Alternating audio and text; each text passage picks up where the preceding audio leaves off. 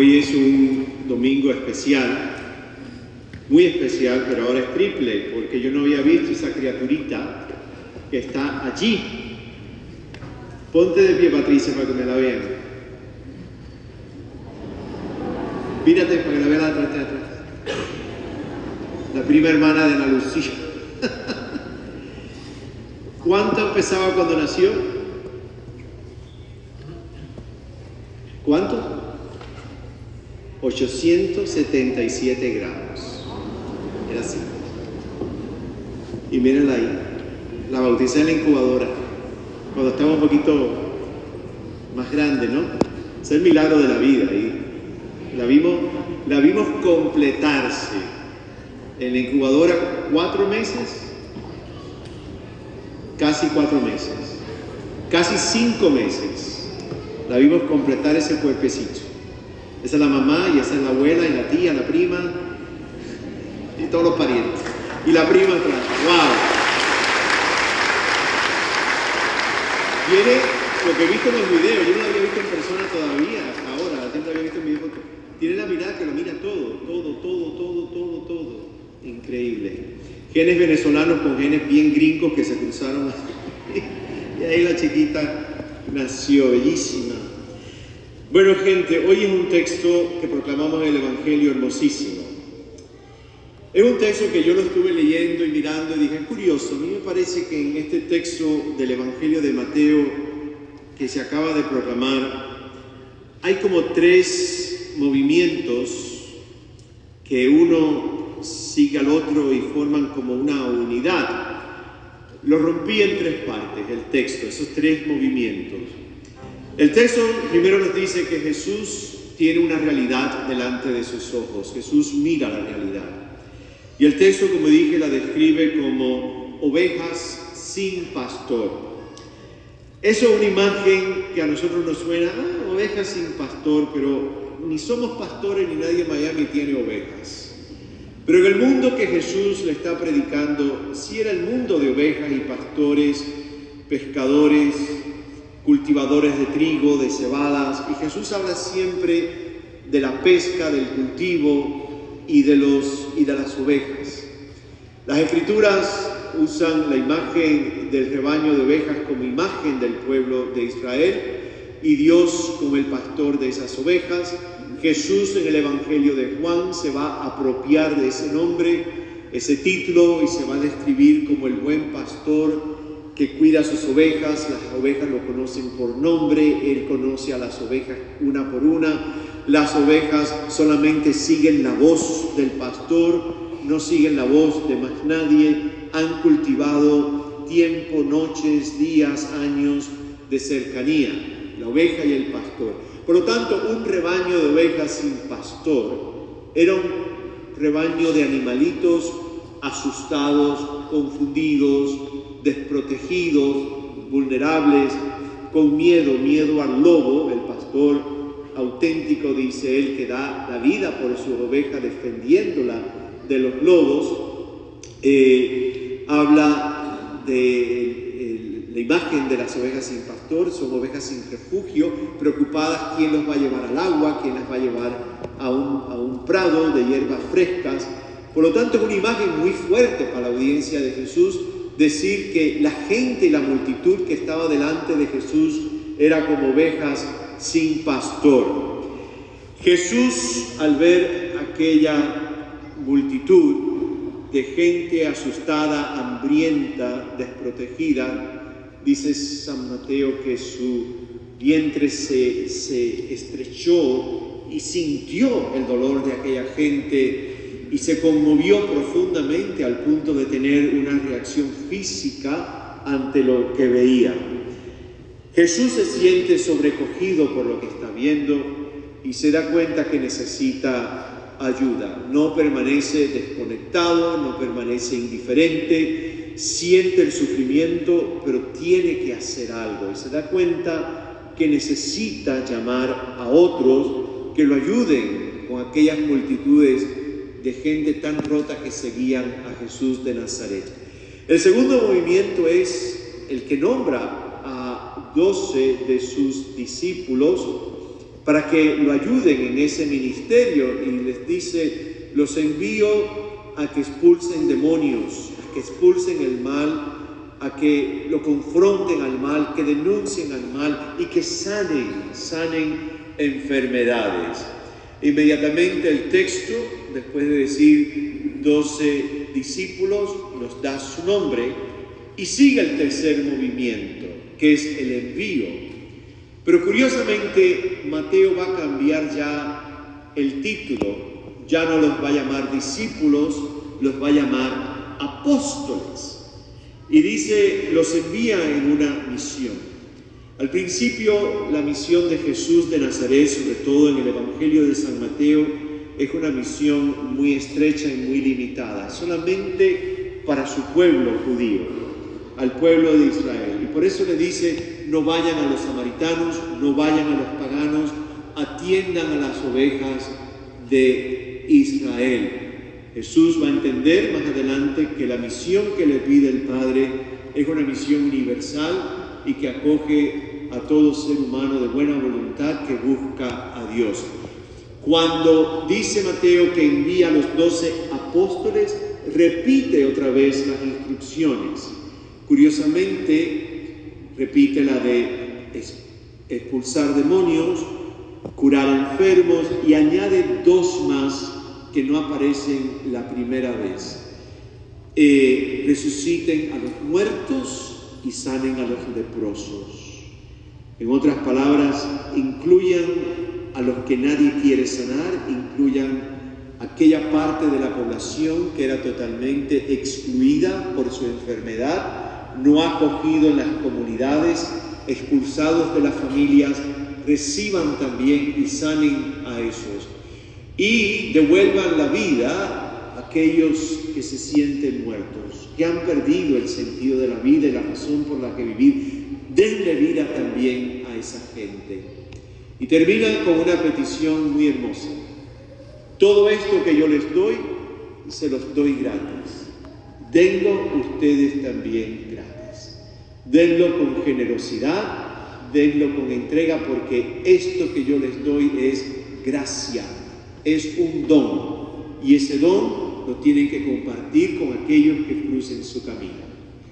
Hay 2 cosas que quiero compartir con ustedes. La primera, ese movimiento de llamarlos primero 12 discípulos y después decirle son apóstoles, no es lo mismo. Los evangelios a veces intercambian el uno por el otro, pero curiosamente hay algo que es importante en notar la diferencia en lo que es un discípulo y lo que es un apóstol. Yo les he dicho muchas veces anteriormente que el discípulo es la persona que tiene que aprender. Un discípulo literalmente es un aprendiz. Tiene que pasar tiempo aprendiendo de un maestro. En las imágenes, pinturas del mundo oriental, incluso del Medio Oriente, la imagen del maestro es siempre sentado en una silla, una cátedra, por así decirlo, y los discípulos se sientan a los pies y escuchan la voz del maestro, miran al maestro de abajo hacia arriba, una mirada más bien contemplativa, y van absorbiendo en su cuerpo y en su corazón y en su forma de ver la vida y de pensar lo que el maestro es, lo que el maestro enseña. El apóstol es el discípulo que ahora tiene que practicar lo que recibió del maestro. El apóstol literalmente significa enviado.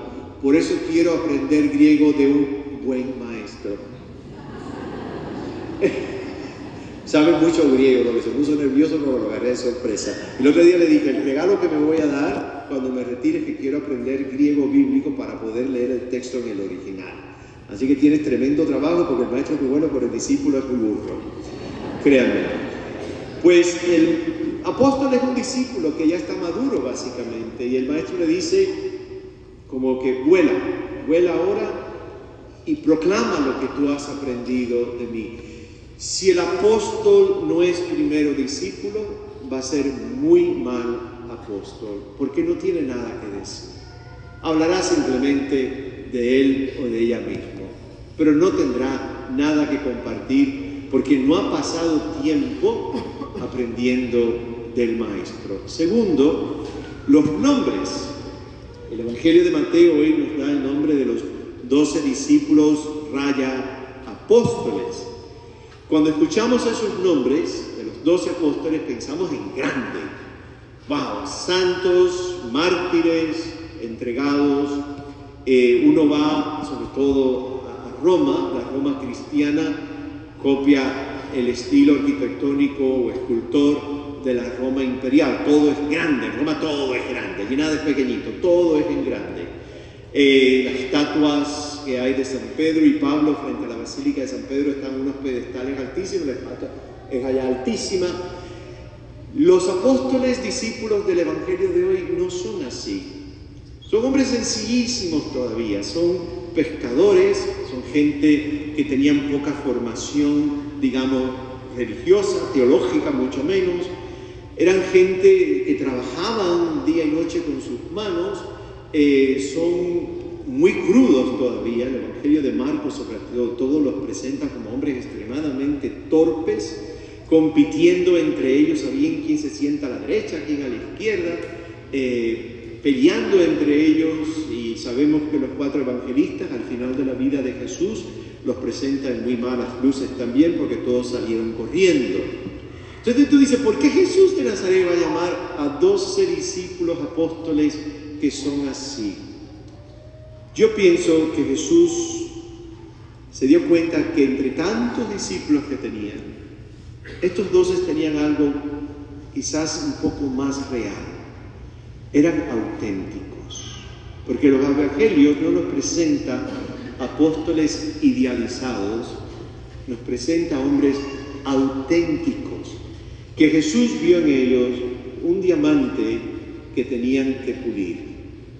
Y por lo tanto dijo, a estos les puedo sacar brillo, vamos a trabajar con estos 12. Y ya sabemos que uno de los 12 lo traicionó. Con todo y eso Jesús los llamó, vamos a trabajar con ellos, porque aquí hay un potencial, son hombres auténticos. Yo me acuerdo que tenía un profesor en el seminario que era jesuita y decía, delante de Dios nunca pretendan usar palabras que nunca dicen ni caras que nunca ponen, porque son un fake. Dios solamente puede trabajar con lo auténtico, Dios solamente puede agraciar, me acuerdo esa la palabra que él decía, lo que es real. Por crudo y difícil que sea, Dios quiere la autenticidad de quienes somos para poder hacer un trabajo en nosotros. Por eso creo que Jesús los llamó a estos 12 individuos todavía tan cruditos que estaban. Hay un texto que a mí me encanta en el Evangelio cuando se encuentra Andrés con Jesús y va corriendo y busca a su hermano Simón Pedro y le dice, vamos, encontré al Mesías. Se acercan a Jesús y le dicen, ¿dónde es que vives, maestro? Y él responde, vengan y vean. Y lo que fueron a ver no fue un lugar, fueron a ver una persona, y encontrarse y a escuchar a una persona. Y el texto termina diciendo que cuando se dieron cuenta ya estaba oscuro, y por lo tanto se quedaron con él. ¡Qué frase tan hermosa! Vengan y vean, y se quedaron con él. Ya saben la mayoría, por no decir todos, que hoy es mi último domingo en la parroquia, y ya mañana a las 4:30, cuando me despierte, por la hora que me despierte, seré un hombre jubilado. No voy a tener 2 cosas, ni párroco ni obispo.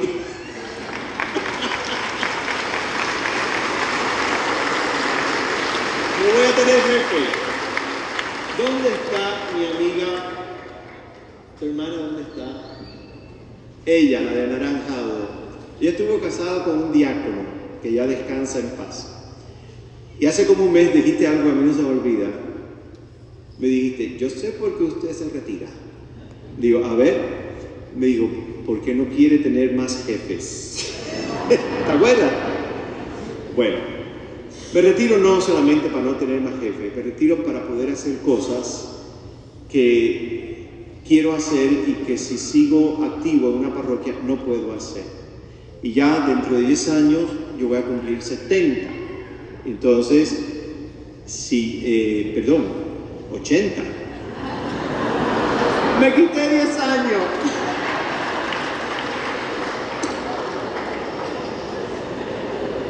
Si soy malo para el griego, peor para las matemáticas.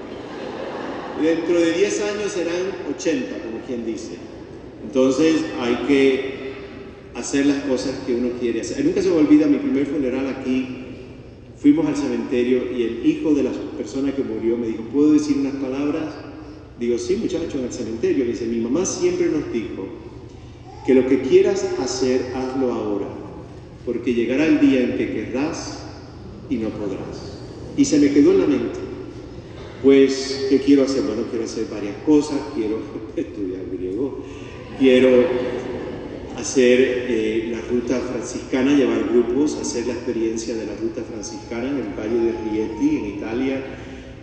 Quiero profundizar un poco en los estudios franciscanos. La hermana Chiqui, que está por aquí, el CEPI, me invitó a dar un pequeño curso de 12 horas un fin de semana. Quiero pasar tiempo también cultivando un poquito la parte de la contemplación y lo más importante, y no tengo ni idea ni cómo ni cuándo va a ocurrir, que es, quiero ayudar más a Cuba. Y esa es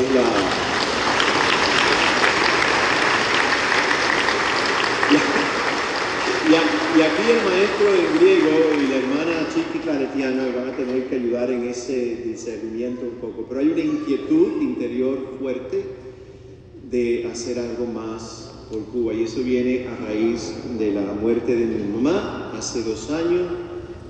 Su regalo fue plantarme la inquietud por hacer algo por el país que nací, que mi mamá siempre decía, siempre estás con Perú, Perú y Perú, nunca has hecho nada por Cuba. Entonces, ve que las madres fastidian hasta el final, y eso se quedó. Así que termino con las palabras de Francisco de Asís. Un momento antes de morir, Francisco le dijo a sus hermanos y a la dama Jacoba, la única mujer que estuvo presente, le dijo una frase, les dijo, he hecho lo que el Señor me pidió que hiciera. Que el Señor les enseñe ahora a ustedes lo que tienen que hacer. Así que esa es mi oración por ustedes y por mí. Que Dios nos enseñe lo que tenemos que hacer. Y gracias por 10 años de discipulado, a veces crudo como los apóstoles, a veces más suaves, pero gracias de todo corazón.